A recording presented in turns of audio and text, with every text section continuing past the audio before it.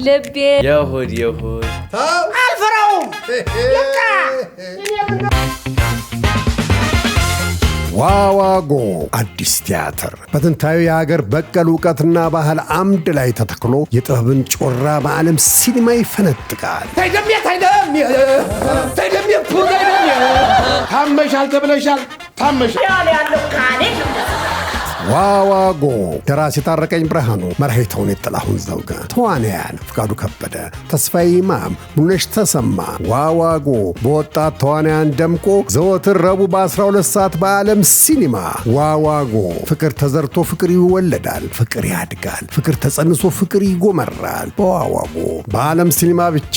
ቅኔህ ነው አገር ያይቡ ስምህ ነው አገር ይገዝቱትና ለሞትኒስ እዛው ደርቆ ይቀር በሳቅ እያዋዛ ትላንትን በዛሬ ራይ ቁልጭ አድርጎ የሚያሳይ አዲስ ቲያትር ዋዋጎ ዘወትር ሮብ በ12 ሰዓት በዓለም ሲኒማ።